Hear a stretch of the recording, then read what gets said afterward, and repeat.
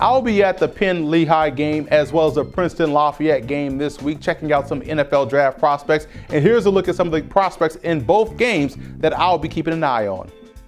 We'll first start out at Murray Goodman Stadium, where the Mountain Hawks host the Quakers, and Lehigh boasts some tremendous offensive talent. We'll start on the perimeter with their dynamic duo of Gatlin Casey and Troy Pellitier. Casey is 6'3", 210 and shows excellent long speed, and it's rare that you see a guy at that height with very good change of direction skills. He returns both punts and kicks, which definitely speak to that skill set. I want you to think about Dominic Hickson, who used to play for the New York Giants, when you're watching Casey play.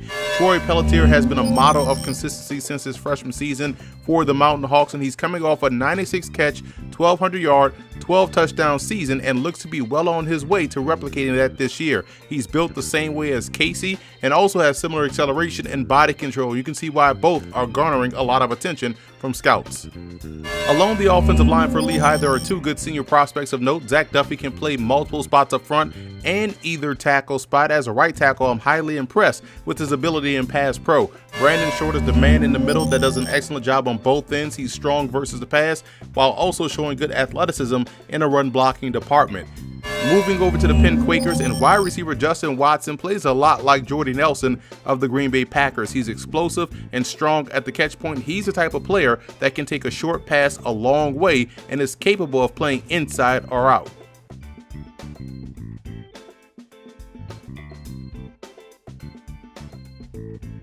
Louis Vecchio is more along the lines of your standard 4'3" defensive end that has some athleticism. I was at that game versus Harvard where he picked off the pass and scored, and I'm really interested to see him get after it against Lehigh, seeing that Lehigh will throw the football at least 60% of the time. After that game, I'll travel 9 miles up the road to check out Lafayette and Princeton. This has always been a fun game to watch. I was at the one last year. The Leopards linebacker Bryant is a tackling machine. He's probably going to end up playing weak side linebacker as a pro. He made a bunch of plays in this ball game last year for Lafayette.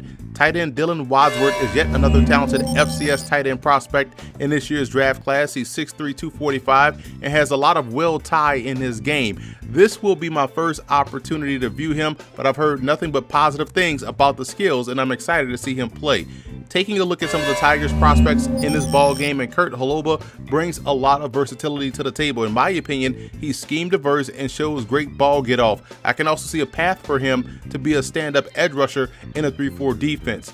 Head coach Bob Cerise does a great job in recruiting and developing offensive linemen, and Mitchell Swigert seems to be the next great prospect coming out of that Tigers program. I'll be keeping an eye on how he does from a pass pro perspective. And finally, quarterback Chad Kanoff is an intriguing prospect to me. He was part of a 2-man quarterback rotation at Princeton, and now that Chad Lovett is out for an extended period of time, we'll learn a lot about Kanoff's ability as a passer. He shows next level ability in spurts last year, or he showed it last season in spurts, and I'm excited to see what he can do from a consistency standpoint for an entire ball game. Be sure to check out and subscribe on iTunes to the Scout Team Podcast. Leave a 5-star rating. You'll get my thoughts on the prospects in the ball games that I will be attending, and also some prospects in certain games around the country that's on that schedule or on the schedule that week. So you can find that on iTunes. Just search Football Game Plan Podcast.